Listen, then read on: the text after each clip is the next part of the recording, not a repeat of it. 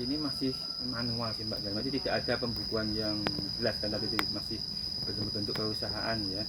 Jadi kalau kalau penjualan paling kita hanya melakukan pencatatan ketika panen. Jadi kan hari ini misalnya yang kita catat pun hanya uang yang kita terima, dalam artian dalam hari ini penjualan untuk buah katakanlah dapat 2 juta, hari kedua 3 juta, sampai panen itu habis hari ke-7 misalnya. Itu yang kita catat. Selebihnya ketika panen itu sudah habis, sudah tidak kita lakukan pencatatan lagi. Tujuan kita catat berarti dari situ kita bisa menilai, oh untuk masa panen kayak musim ini kita dapat omset katakanlah 35 juta untuk 5 kuintal buah anggur. Ini karena kita jualnya rata-rata 70 sampai 75 ribu per kilo.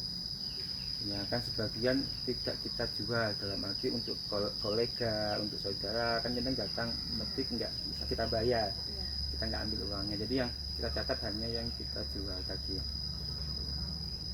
Lalu komponen apa aja dari biaya utama atau biaya tetap, misalnya kayak yang tadi saya bilang itu ada mesin, ada kalau untuk pupuk dan obat-obatan tadi kurang lebih 2 juta ya. Untuk pekerja itu masih UMR di sini kita kurang lebihnya di angka 2 juta per bulan. Jadi untuk satu kali periode panen, karena anggur di kebun saya itu kan 1 tahun 3 kali panen.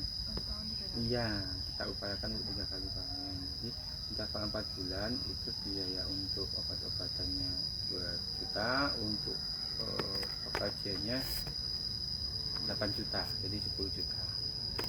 Itu untuk perawatan alat-alat itu sudah masuk di angka yang 2 juta itu Mbak. Jadi kan sampai saat ini di usia 4 tahun itu belum ada peremajaan alat atau peremajaan bangunan untuk tiang-tiangnya yang signifikan, itu belum ada.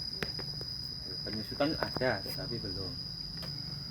Oke, lalu tantangan apa yang dihadapi dalam pengelolaan keuangan?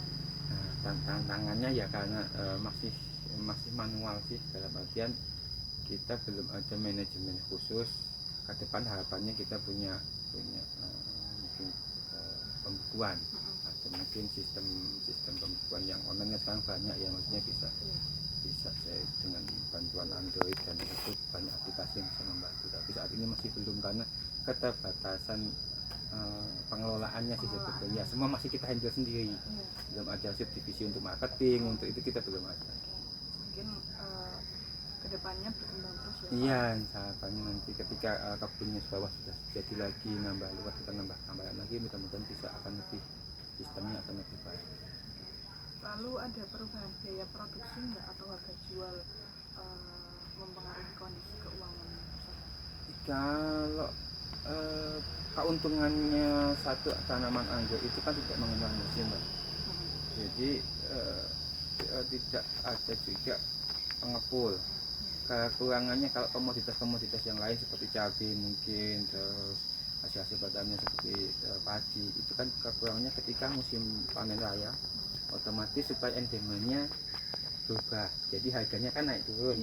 Kalau anggur alhamdulillah dari 8 kali panen yang sudah kita laluin, harganya kita sendiri yang menentukan, jadi 70-75. Jadi untuk harga nggak ada. Jadi nggak ada yang mempengaruhi, misalnya dari biaya produksinya ini? Ya tidak ada.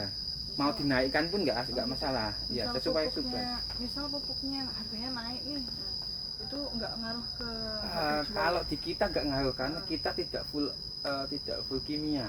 Nah gitu, makanya kita semi organik, sebagian kita pakai kotoran kambing, kotoran hewan yang harganya juga murah, kemudian kita manfaatkan limbah dapur, bikin pupuk organik cair, kompos ya. Jadinya kan itu untuk mensubstitusi. Ke depan malah pengennya kita untuk pengembangannya ke integrated farmnya. Jadi kita punya pengolahan limbah sendiri, kalau rumah tangga mungkin, terus bikin pupuk organik ditambah, punya peternakannya kecil, misalnya ada kambingnya 5 atau berapa, kita substitusi cabang-cabang daun-daun yang kita nggak produktif, kita makankan ternaknya urinnya, kotorannya kita balikkan ke tanaman, itu juga seterusnya. Jadi lebih ke organik terus ya, mengurangi yang kimia. Iya, kalau kata gantungan nanti itu akan biaya produksinya otomatis akan tinggi soalnya. Oke, lalu Anda memiliki strategi khusus nggak untuk meningkatkan efisiensi biaya dan Kalau meningkatkan pendapatan? kalau efisiensi biaya tadi dari mengurangi ketergantungan terhadap pabrikan, dalam arti mulai dari pupuk yang paling tinggi ada pupuk, dan obat-obatan kita juga bikin obat-obatan secara nabati. Jadi tetapi kekurangannya organik atau binan sendiri adalah butuh proses waktu yang lebih lama dan tidak cepat untuk menyelesaikan permasalahan, misalnya kena hama. Kalau pakai kimia itu sekali aplikasi dia sudah langsung mati atau mungkin pergi hamanya. Kalau untuk organik itu butuh 2-3 kali aplikasi baru ya, karena dia nggak instan, tidak langsung membunuh. Biasanya kalau yang nabati itu mencegah, dalam arti mencegah, mengusir kalau hewan itu dengan bau-baunya jadi dia pergi, atau dari menyerang reproduksinya jadi dia mandul, ya nggak bisa bereproduksi. Kayak kalau jamurnya sporanya mati, jadi nggak langsung mati penyakitnya, itu nggak langsung mati kalau sistem organik. Pingsan dulu mungkin. Iya, kalau kimia kan racun, Iya. dia rata-rata langsung bisa mati cepat tertangani.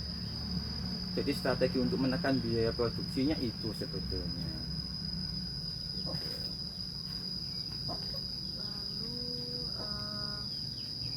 memiliki strategi khusus. Oh, ini udah ya tadi. Bagaimana Anda mengelola aset dan kewajiban dalam usaha ini untuk menjaga kestabilan keuangan?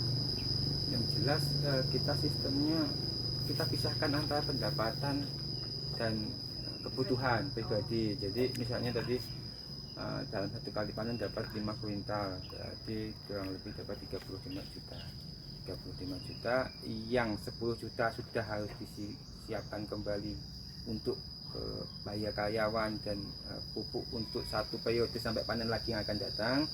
Kemudian yang 25 juta sebagian kita alokasikan untuk honor kita, sebagian kita kembangkan lagi, putarkan lagi untuk bikin kebun-kebun yang baru. Itu yang sudah kita terapkan. Itu tidak pemisahan biaya ya. Iya, jadi dari keuntungan bersih dipotong untuk operasional sampai panen lagi. Kemudian dari sisa operasional itu kita sisahkan lagi untuk istilah bayarannya kita, upahnya kita yang untuk menghidupi keluarga kita. Kemudian sebagian lagi kita untuk pengembangan usaha. Ya, kalau kita masih saat ini pengembangan usahanya adalah nambah lagi untuk kebun-kebunnya lagi yang kita. Maka belum pernah berbuah yang bawah. Karena lagi proses. Ya sudah ditanamin semua, cuma masih belum usianya. Belum ada 1 tahun. Ini kalau berarti misal kan tadi yang setahun panen 3 kali ya? Kalau lagi nggak musim panen gitu tetap bisa dikunjungi? Tetap bisa dikunjungi, iya. Ya kayak sekarang ini kan banyak kan nggak panen ya, jadi setiap hari kan baik pekerjaannya kan selalu ada di sini. Cuma mungkin tidak langsung terbuka seperti itu karena mungkin dari hewan ayam, jadi tetap kita tutup, tetapi pasti ada yang kerja. Jadi siapapun yang datang silahkan berkunjung.